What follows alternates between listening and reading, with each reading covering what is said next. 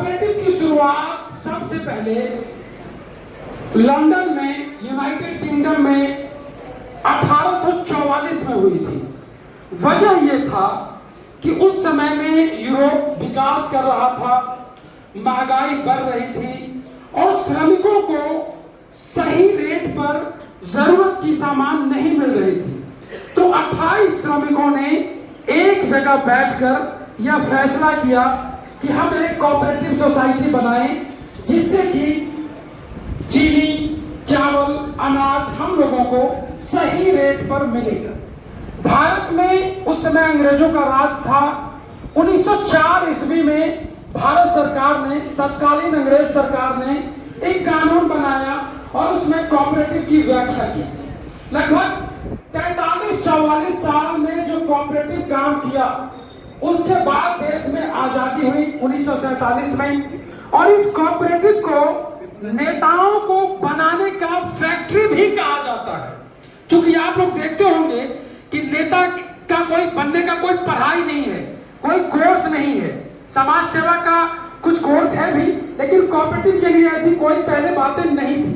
अभी सरकार ने कुछ ऐसे प्रावधान किए हैं जिससे कि वो चीजें आगे बढ़ रही हैं। भारत का पहला कोऑपरेटिव एक विश्वविद्यालय बना है, त्रिभुवन दास, जो गुजरात में है। तो 1947 की आजादी के बाद इस देश में कोऑपरेटिव संस्था, जैसे हम सब अमूल का बटर खाते हैं, अमूल का दूध पीते हैं, अमूल भी इसी संस्था की तरह एक कोऑपरेटिव संस्था है। हम लोग जैसे इफ्को को जानते होंगे, जैसे सर ने कुछ दिन पहले बताया कि इफ्को खाद भी बेचती है, किसानों के लिए दाना भी बेचती है और इफ्को किसानों का इंश्योरेंस भी करती है। तो इफ्को भी इसी तरह से एक संगठन है। इसी तरह आपने नेफेड का नाम सुना होगा, नेफेड भी इसी तरह का एक संगठन है। पूरे देश में लगभग 2000 से ज्यादा ऐसी संस्थाएं हैं अमूल की तरह, फार्मर्स कोऑपरेटिव की तरह। तो इस दूरदर्शी सोच के साथ जो वालिया साहब ने यह इनिशिएटिव लिया है, यह एक बहुत बड़ी चीज है। देश में 145 करोड़ की आबादी है, जिसमें लगभग 75 करोड़ पुरुष हैं और 70 करोड़ महिलाएं हैं। किसानों की संख्या को अगर देखें तो देश में लगभग 10 करोड़ परिवार हैं जो भारत सरकार के यहाँ रजिस्टर्ड हैं एज ए किसान। एक परिवार में अगर 5 आदमी को हम एवरेज माने तो 50 करोड़ लोग कृषि आधारित व्यवस्था पे डिपेंड करते हैं और कहीं ना कहीं 145 करोड़ लोग अनाज पे ही डिपेंड करते हैं। इसलिए कृषि के बिना हम सबका जीवन संभव ही नहीं है। ऐसे में यह जो संस्था है, जो जिस दूरदर्शी सोच के साथ वालिया साहब ने लाया है, तो आपने देखा होगा कि दिल्ली का जो मदर डेयरी है, जहां से हम दूध और सब्जी लेते हैं, वो भी इसी संस्था की तरह है। तो आप समझिए कि आने वाले समय में पूरे भारत में 781 डिस्ट्रिक्ट हैं। लगभग सभी डिस्ट्रिक्ट में 10-10 स्टोर बनाए जाएंगे जिसका नाम होगा किसान बाजार। इसी तरीके से किसानों के लिए भारत में कोई बैंक नहीं है। वालिया साहब का उद्देश्य है कि हम एक ऐसा बैंक बनाए, किसान बैंक, जहां किसानों को आसानी से लोन मिल जाए और किसान अपना फसल बेचकर उस लोन को बैंक में दे दे। तो किसानों के लिए बैंक बनाने की भी इनकी योजना है।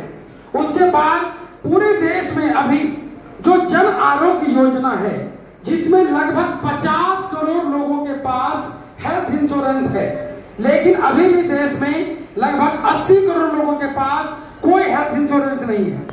वालिया साहब का यह विचार है कि हम पूरे देश के 145 करोड़ लोगों को जो गवर्नमेंट के हेल्थ इंश्योरेंस में नहीं आते हैं, उनको हम लगभग ऐसे जो 80 करोड़ लोग बचे हैं, उनको अपनी संस्था के माध्यम से हेल्थ इंश्योरेंस देंगे, जिससे कि उनको परेशानी नहीं हो।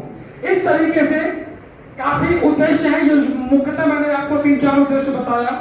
और अपनी बात को खत्म करने से पहले वालिया साहब के सम्मान में एक शेर बताना चाहता हूं कि पिछली कामयाबियां लाजवाब हैं, कि पिछली कामयाबियां लाजवाब हैं, आंखों में एक नया ख्वाब है, आने वाले वक्त की तो बात ही कुछ और है, आने वाले वक्त की तो बात ही कुछ और है। वालिया साहब के लिए एक जोरदार तालियां, क्योंकि नेता तो देश में बहुत है। जैसा कि मैंने आपको बताया कि देश में लगभग 6.5 लाख गांव हैं, हर गांव में 10 नेता हैं, तो ऐसे 7 लाख नेता हैं। लेकिन जो काम वालिया साहब कर रहे हैं, यही काम कभी अमूल के फाउंडर कुरियन साहब ने किया था, वही काम कभी नेफेड के फाउंडर ने किया था, वही काम कभी इफ्को के फाउंडर ने किया था। आज यह इसी रूप में वालिया साहब फार्मर्स कंज्यूमर के रूप में कर रहे हैं। इसलिए जोरदार तालियों के साथ वालिया साहब का अभिनंदन, धन्यवाद।